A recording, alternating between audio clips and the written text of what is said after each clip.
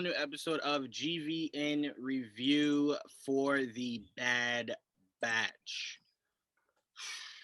This episode, Dave, you go to some dark places, Dave.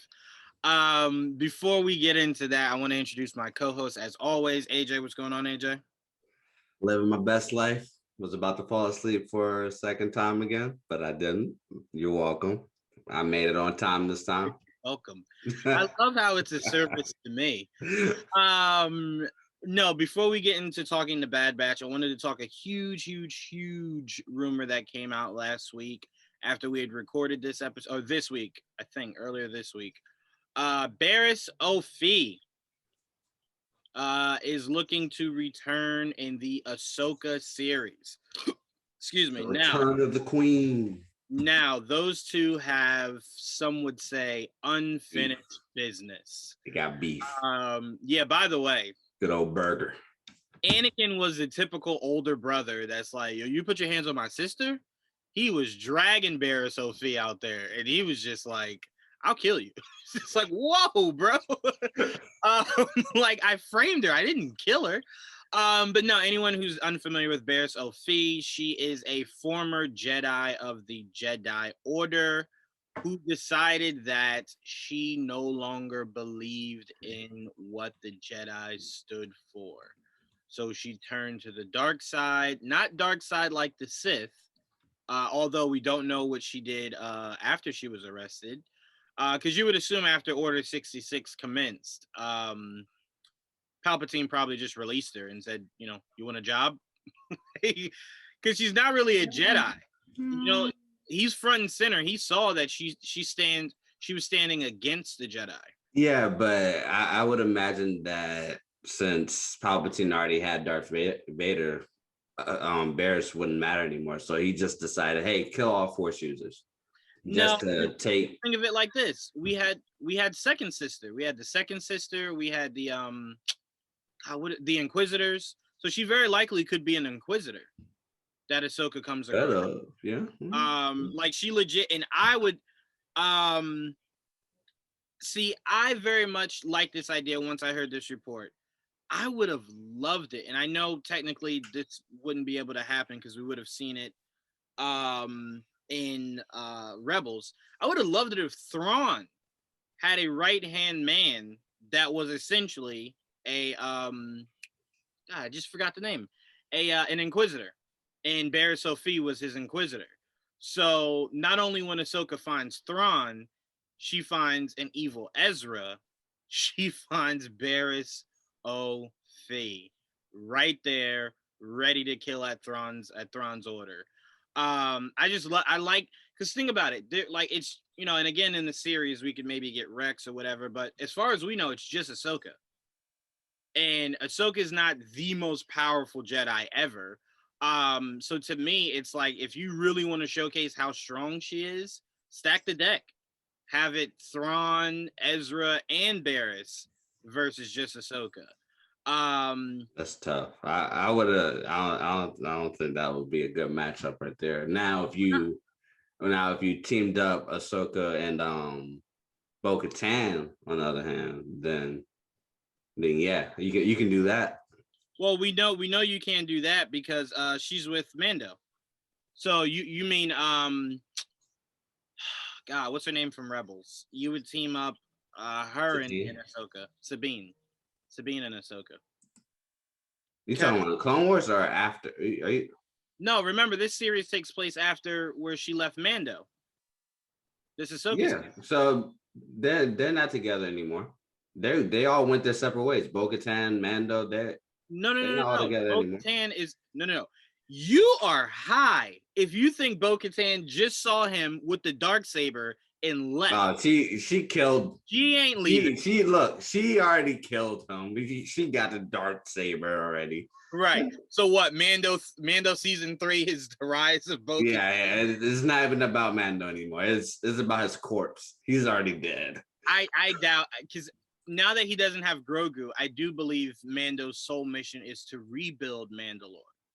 Now that there's a semblance of peace. Now that what's his name has been defeated. So I think he's going to take the Darksaber, take Bo-Katan, and reassemble the Mandalorian legacy. So I doubt Bo-Katan went about her way. The whole purpose, she said in the season, was to get the Darksaber. And now that it's that close, you think she's gonna go, all right, that was nice. She's gonna chill for a while. That's She what I'm gonna go. saying. She gonna take a little vacation. Oh, And then come back with a full vengeance. She she's will trying come to back to figure her out vacation. right now. She's trying to figure out how she could kill Mando without killing him to get the Darksaber back. She ain't going. Well, it doesn't specifically say that you have to kill him to get the Darksaber. No, you just have to defeat him in battle. Yeah, but if you're Mando, I don't know. That's tough, man. I find it really hard to believe that when he goes back to the armorer and he's like, "Look what I found," the armorer is gonna be like, "Yeah, just give it to Bo-Katan." No, the armorer is gonna say, "No, take it." Well, be the leader of Mando. He doesn't know who to trust anymore now because Mando learned that there was other types of Mandalorians in the world, and they only. I don't think he doesn't know who to trust. I think he's seeing the world. He's seeing more things than he used to. Right. So I think the first thing he'll want to do is find the armorer and find out, like, how come you never told me there were others like that removed their masks, that, you know what I'm saying, the pre-Vizslas, like, you never told me about any of this. But Bo-Katan very much believes that is her birthright. Especially, you know, with her being of the House of Vizsla. And the saber being from the House of Vizsla.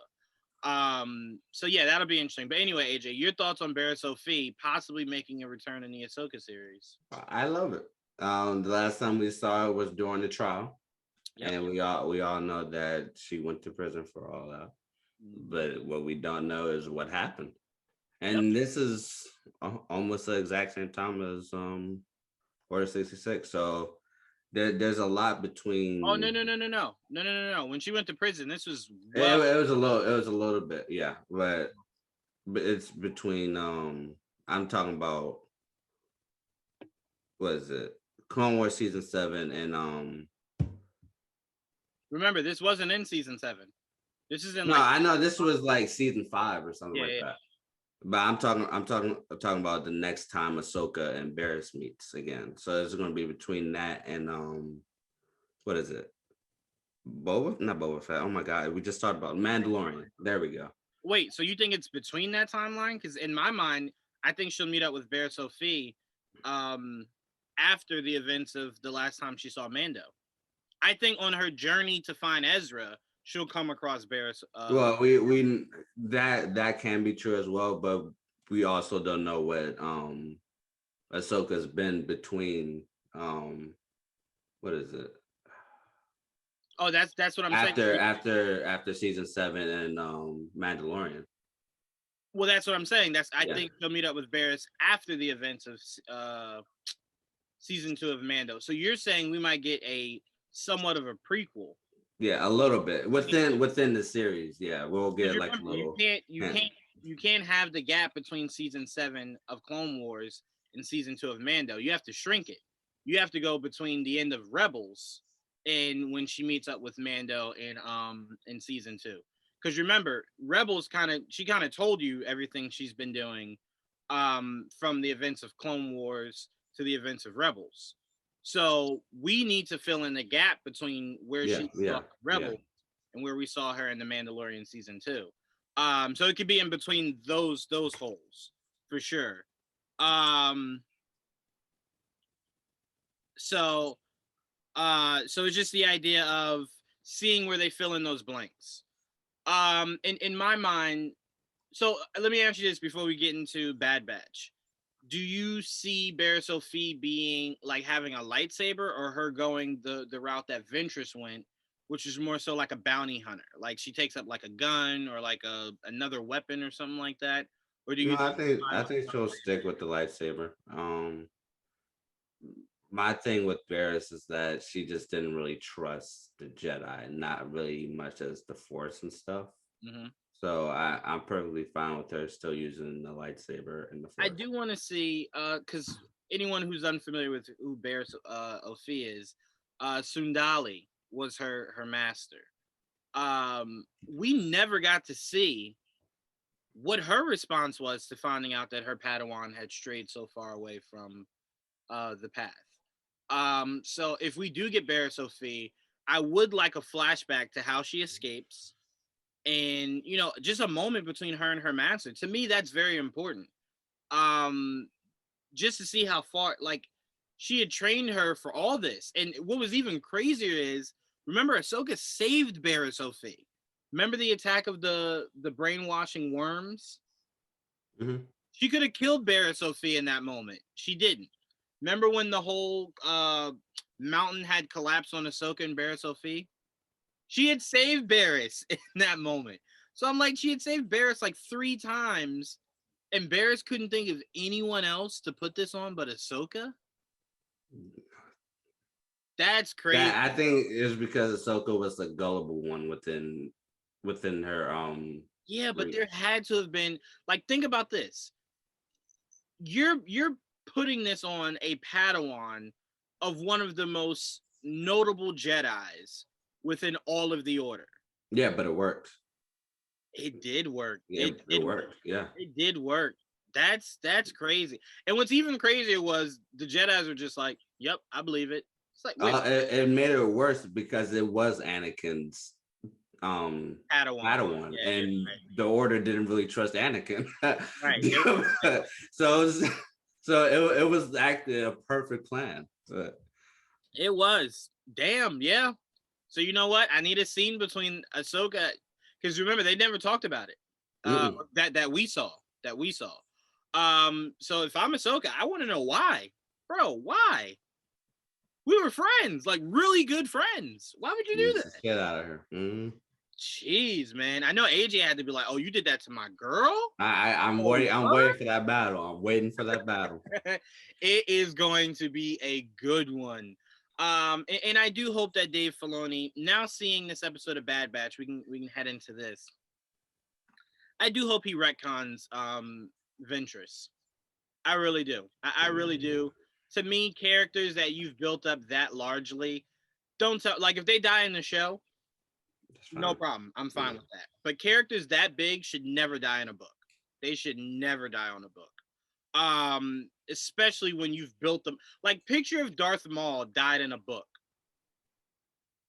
We saw everything he did in Clone Wars, right? We saw how season 7 ended, but instead of putting him in Rebels, they just put it in a book. How anticlimactic would that have been? Like, bro, we've seen him physically this entire time, and you kill him in a book? To me, they would do something like that, though. They would do something. To me, Ventress, she just deserved better. So a small part of me hopes that he retcons that, because it's just like, come on, bro, come on, man. All right. So before we get into the episode, I want to start with the juiciest part first, AJ. Pause. Is that? Yeah, that was okay. I want to start with seeing Cad freaking Bane, aka the best bounty hunter ever. Yes, I said. No. If anyone argues with you, they don't know Star Wars. That is the best bounty hunter ever. Ever. He's so good, AJ. We thought that was Boba Fett. That was the one that was hunting after Omega. We would have never guessed Cad Bane. I didn't. Remember, we had no idea what the fate of Cad Bane was. We know Filoni said there was a story where he kills him, but he scrapped it. So me and you were just like, Cad Bane's not in any books or anything. So it's like, we had no idea. He's dead right now. Right. So this is amazing. And remember, what made the mystery of Cad Bane even cooler was George Lucas had established in his earlier movies that Boba Fett was the greatest bounty hunter in the game. Like, there's no one anywhere near Boba Fett. Unfortunately, Cad Bane exists. Cad Bane is a better bounty hunter than Boba Fett. Although I would not give Cad Bane the nod over Jango Fett. Jango Fett, knowing Jango's story, he did some. Jango's killed a Jedi. Yeah, but Cad Bane fought against Obi-Wan and Quinlan Voss at the same time, and He did. Oh my God. And people don't know of this. I wish that this is why I'm like, I need a Benicio del Toro led Cad Bane series. Cad Bane did a lot of dealings with Darth Maul. A lot of missions with Darth Maul. Not much like Jango and Boba, no Jedi, no Sith really wanted to deal with Cad. Because he was that person. He was like, no, I'm not, nope. Mm-hmm. Even the Sith was like, hey, let's hire Cad Bane if they wanted to get something done. Because he really never failed the mission, to be honest. Nope. Well, he probably failed like once, but yeah, the only one he really failed, even though I don't really, if it wasn't for the fact that Obi-Wan had infiltrated the circle, he would have succeeded. But Palpatine, remember when it was the whole kidnap Palpatine, and Obi-Wan infiltrated the the bounty hunters. That was really the only time he's ever failed. But I wouldn't even consider that a fail because it took Obi-Wan impersonating somebody for Cad Bane to fail that.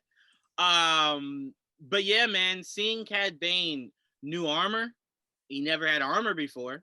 He got some armor on him, so he knows it's rough out here in these streets. You know what I'm saying? He got the blickies on him. He knows what time it is out there. I was very surprised to see him. And it was just such in Cad Bane's style of the clone troopers calling out their buddies, and Cad Bane just going, "Ain't no one gonna answer, man. Ain't no one gonna answer." But AJ, how much did you geek out seeing Cad Bane return? I gotta be honest. I really couldn't remember any of the episodes. Any of the moments in Bad Batch. Once I saw this, my mind was completely blown. I was like, it was. Oh my God, that moment, I was like I said, it was a surprise. It was definitely a nice surprise to see Cad Bane back in animated. Hopefully, we'll get him live action, but it was nice to see him in animation. And that score, oh. God. Yes, of like the Midwestern, Western where they had to draw, bro. Oh my God, bro. And then that extreme wide shot. Cad and Hunter. Yeah. Oh God, yes, it was. It was amazing. It was. Yep. It was orgasmic. I'm gonna say it was. I'm gonna say this, AJ. I'm gonna say this. Talking Star Wars moments, like jaw-dropping, oh my God, Star Wars moments. This is, for me, I'm not saying it's for anybody but myself. This is right up there next to Luke Skywalker. That's how off guard this caught me. Yes. Because I just didn't say, I was like, oh shit, we about to see Boba Fett. And then you see Cad and it's just like, oh my God. Oh no! What? What? That one shot. That one shot when his head is tilted down and his fingers are like this. Oh, it was like, yeah, that's my man's right there. It was like, oh my God! I didn't even see anything. I just saw the hat and those fingers. I was like, oh, that's him. You already knew. That's him. So for anyone watching this video that does not know, me and AJ are super huge Cad Bane fans. We've been singing his praises for forever. We even said the game that Star Wars is doing that's an open world should be Cad Bane's game. We would be fine if it's a Jedi or a Sith or whatever. But if it's not Jedi or Sith and it's not the Mandalorian, it needs to be Cad Bane. It needs to be Cad Bane. Because it's just like, I don't think we've ever had a game where you could just be a villain. Like, it's not you could choose between good or bad. You're legit just a villain. Mm-hmm. I would love a game like that. But what I love about Cad Bane is, like most bounty hunters, he has a code. And I love that because he could have knocked her out like with his hand or something, but he's like, sorry, little lady. And then he just hits her with the stun. Such a gentleman. Such a gentleman, right? I love Cad Bane, bro. I really do. But let me tell you what my favorite shot of the episode was. I'm not gonna argue with the shot that you brought up. It was beautiful. But the shot for me, or not really the shot, but the shooting of it was, I'm saying shooting like they did it live action. The way they shot it was of Hunter waking up to his brothers asking him, where's Omega? And he's foggy. Oh, yes. Happen around him. Oh, I love that so That first person, much. the first person, Yes, yeah, yes. that was I nice. love Also, the shot where you see Crosshair first come into scene with yes. all of the troopers right with him, and Yep. he's in the dead center. Oh my, this was probably the most beautiful shot. This, I would say, this might be some of the most beautiful shots in Star Wars non-book history. Like I put a lot of these shots of this episode up there with the doors opening and Maul being there. The shots of the Anakin becoming Vader, like once the platform lands. It's just or the shot of Vader just in the hallway and then the red lightsaber extending from Rogue One. Yeah, It's just, oh man, and anyone that knows Dave Filoni knows he is a it's like a Western guy painting. to his It's core. like a painting.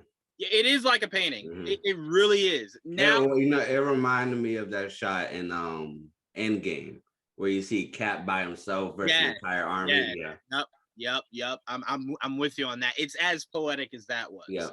was. But yeah, man, anyone who knows Dave Filoni knows he is a huge Western guy. It's why I always said, Jon Favreau, I don't think could do The Mandalorian without Dave Filoni. It's his expertise. The Mandalorian is legit like a Western. It's a Western. It's a space Western. And I think what Dave brings to the Western of it is something Jon Favreau was like, hell yeah. Sit down in every meeting, whatever, give us everything you got. But I really did love this episode. And to our boy Joel, there are 16 episodes. This is not the last episode. Yeah. I would have raged if it was.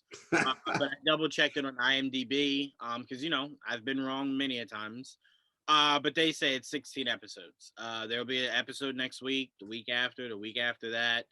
And it's crazy because IMDb says the stock, not the money stock, but the viewing stock of Bad Batch has gone down.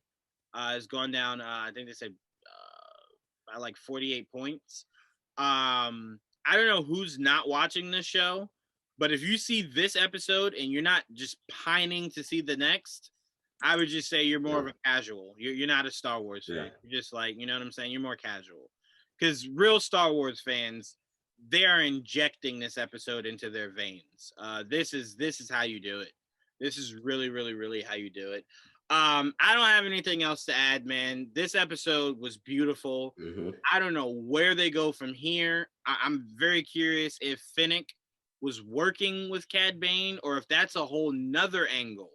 What I think is that it was the Kimonans that were hiring multiple bounty hunters to get Omega. It didn't seem like she was reporting back to somebody that wasn't, because they would have just shown they would have just shown them if that's who she was talking to. Well, they made sure to hide who she was talking to. I don't remember that scene, but there was a scene in this episode where they explain the Kimonans talking about how they're getting people to capture Omega. Right. And that's what I'm saying. I think it's possible Boba took it and then asked Finnick to go, like, I'll search here, you search there.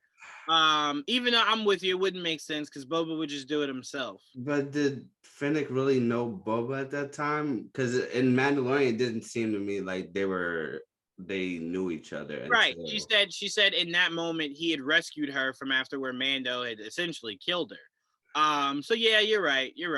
Okay. I always admit when I'm wrong. You're right. You're absolutely right. And it just doesn't make sense. Boba would just do it himself. He wouldn't outsource it. But yeah, I love this episode. Is there anything else you wanna add, AJ? No, just Cad Bane. That's all. Cad Bane. That's all. For president. Cad Bane for president. Yeah, man. So we need a Cad Bane game. We need a Benicio del Toro led Cad Bane series. Or if they want to just do an animated series, from his time before the Clone Wars all the way through. I'm fine with that. I love the voice of Cad Bane. I'd be 100% okay with that. Oh my god, that voice. It's so unique. It's so good. It's so unique, bro. When you that moment when he said, "When you beat one clone, you beat them all." Yep. Oh my god. I loved it. It screams such a Western. Like Hunter essentially was the one coming out of the saloon, and Cad Bane was the one standing there right in the middle of the road. And I loved it because anyone who knows Hunter knows he is a ace shot. He's not a I don't miss kind of guy. That's who Crosshair is supposed to be. But Hunter is very much precise. So if he missed, you already knew it's also with his enhanced sensing that Yep. And that's what I can't wait to see, because now we'll get to see the real Hunter really use his abilities. Because he's a master hunter. Now can he track Cad Bane? Can he track him down? It won't be easy. He's up. He's up for revenge right now. I'm ready for that 100%. Round too. I'm ready for that round too. 100%. Hunter's about to go full out. Remember when Logan hit the woods? Yeah. Yeah. Hunter's about to. No, I'm sorry, not Hunter. Wrecker is about to have a full-on war. All of them are. Yeah. Sure, bro, for sure. I can't wait for the next episode. This was great. I don't even know how you top that. Like next week's episode can't be a drop off. You got to keep. Has to be Darth Vader next. Darth Vader coming up. I do wonder if towards the end of this, maybe Rex comes back to help them complete the job. I don't really need it. I kind of like a lot of Rex's history between now and when we see him in Rebels to be a lot more of a mystery. Like we don't really know what Rex was doing. We assume he was helping the cause, but at some point there was something that made him say, you know what? I'm gonna get real fat. I'm gonna live out in the middle of the desert. I am done with this. I assume it had to have been something that made him and Ahsoka kind of just go, I've had enough. I've just had enough. I don't know. Yeah. Ahsoka even went into hiding for a little bit. That's what I'm saying. So they must have come up against something that was just so massive that they lost hope. Well, who could that be? That's what I'm saying. Because remember, she had only seen Vader in Rebels. So it's not like Vader came up against them. It had to have been maybe the destruction of Alderaan. Maybe. Seeing like how massively strong the Empire is, I guess. But I don't know. That wouldn't fit Ahsoka's style or Rex's style. They essentially quit. So it had to have been something massive. Maybe somebody close to them died, and that's where they decided to step away. But who? I know for Rex, it could be the Bad Batch. It's really the last of his brothers. So them dying could be something that made him go, I don't have it in me anymore. Maybe it could be for Ahsoka, maybe it could be the death for Ezra. Well, no, because remember, Rebels is when she gave up. That's during Rebels when she gave up. And then Ezra and Kanan is who brought her back into it. So you're thinking, but in the Ahsoka series, we're going into No. I'm talking about when she walked away heading into Rebels. Oh, okay, I got you. Yeah, that's what I'm talking about. Because remember, we're right now in still in the midst of the eve of or the fallout rather of Clone Wars. So it's something between then and then the events of Rebels that she just dropped off. Maybe Baris fucked her up so bad. Maybe. I don't know, bro. I don't know. We don't even need to speculate now. We'll know soon enough. Excuse me. We'll know soon enough. But apparently we're gonna have something for Visions coming out soon. I just need to know what the studios are. Who's animating Visions. Yeah, and who's behind it? Because Filoni's not behind it. I'm really curious who is. I'm really, really, really curious because we've only ever known Filoni for the animated world, the good animated world. You know, that stupid shit on the Disney Channel. But yeah, so I'm really excited. We're getting a whole bunch of Star Wars stuff coming up soon. I personally can't wait. I know AJ can't wait. But we want to thank you guys for tuning into an all-new episode of GVN Bad Batch Review. And we can't wait to see you guys next week because we hope that episode blows our mind even more than this one. Woo! It's gonna be crazy. Then, I already know, guys. Absolutely. But till then, peace.